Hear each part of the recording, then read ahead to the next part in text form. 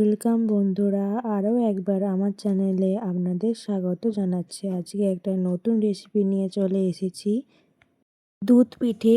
চলুন কিভাবে বানাচ্ছি আপনারা সম্পূর্ণটা দেখুন। গরম জল করে চালের গুঁড়িটিকে ভালোভাবে মেখে নেব।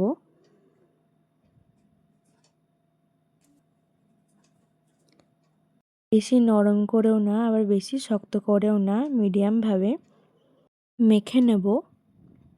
এবার পিঠেগুলোকে বানিয়ে নেব কোনো রকম পুর ছাড়া।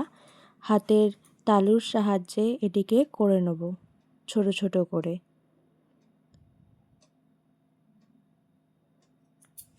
এখানে 500 দুধ আছে, এটিকে গরম করতে বসিয়ে দিয়েছি। তা হালকা গরম হয়ে গেছে। এবার টেস্ট আনার জন্য 5 চামচ গুঁড়ো দুধ দিয়ে দিচ্ছি।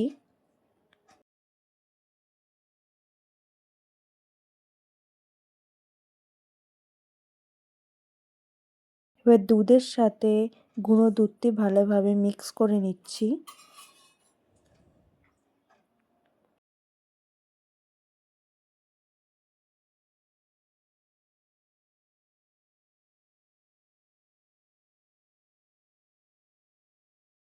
এরপর দিয়ে দেবো এলাচ। ওটাকেও ভালোভাবে দুধের সাথে মিক্স করে নেব। তারপর দিয়ে দেবো সন্দেশ। দুধের সাথে সন্দেশ ভালোভাবে মিক্স করে নেব।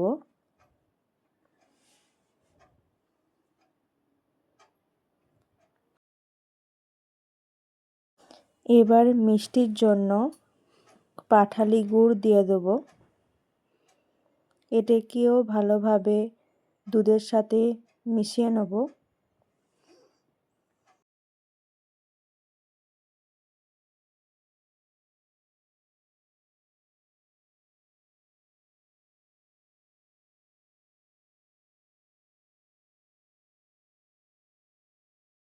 এবার দুধের মধ্যে দিয়ে দেবো পিঠেগুলি।